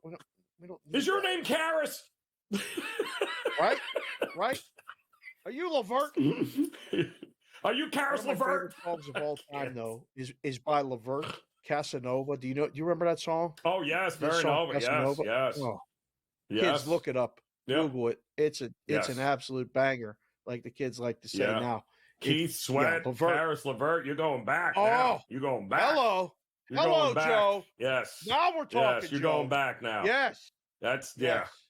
You're going way back there. The kids don't appreciate that kind of music these days here, Dave. They don't by the way, the Phillies should mention this. The Phillies, the Mets, I thought, won this game, and I was sadly mistaken because the Phillies just tied it now, heading to the bottom of the ninth, 4-4. So much for that vaunted Mets bullpen there. Your Pirates are trying to hold on. They're up 5-2 here, Dave, top of the 8th. The Rangers left the bases loaded not once, but twice in this game, and it is still 0-0 in the 7th inning, Guardians and Rangers. I don't know what's going on with this Rangers team, Dave. It's out of control. It really is. Yeah. My goodness. I don't know. I didn't catch too much of I saw the Rangers results, but Joe, I got to ask you before we get out of here. Did you see Paul Skeens pitch on Saturday for the Pirates? Did you see any of the highlights? I did. That was the kid's hitting triple digits, and I think he struck out the first 2 guys that he faced, and it wasn't even close. And listen, the hype is real with the kid. I mean, it was the whole game was weird, but he was certainly the real deal. And when he left, I think they had the lead. So, what more do you want from him? I'm wondering how they utilize him for the rest of the way, though. That's going to be interesting. What do they do with this kid? We had on a guy today from Pittsburgh. His name's Chris Mack. You can catch it on BVB later. They're going to a 6-man rotation, which is kind of strange. Yeah, they're going to a 6-man rotation, so he doesn't get as many starts, but he doesn't miss a start. So they're going to kind of use him that way. That game had a 2.5-hour rain delay. You want to talk about a sweat. If we were on the air prior to it, the Pirates went into the rain delay leading. They gave up 7 runs in the top of the 5th to then not be leading. The 6-1 lead became 7-6, and the Pirates gave up the 7 runs without giving up only 1 hit. They walked the bases loaded and then walked in 2 runs. It was incredible. But then they hit a home run in the bottom of the 5th, a 3-run shot to cover and win the bottom, win the first 5. It was one of the craziest sweats, almost like Zeno's sweat tonight. Like that's a tough one. No. Like, what do you come back with tomorrow if you're Zin? Like, what do you do? Well, he's got to come back with the Knicks because he's a Knicks fan. And that's the problem because he's going to bet against the Knicks. He's going to bet against the Knicks, and the Knicks are going to win by 20, and we may not hear from Zeno for a long time after that happens. So we have to put welfare alerts out for Mark Zeno after this loss tonight. The sad part about it is that we, because we're 15 seconds ahead. So I knew what was about to show up on what was happening here. And this is not going to end well. This is not going to end well. Dodgers are winning 1-0 already. 1-0 Dodgers. Yes, early. Athletics are now losing 4-2. Shocker there. Gabe Morency, Cam Stewart coming up next. They'll have you the rest of the way. Dave and I will see you on Thursday. Enjoy the rest of the night. In-game live prime time on the grid. Way out, Benny. Way to go.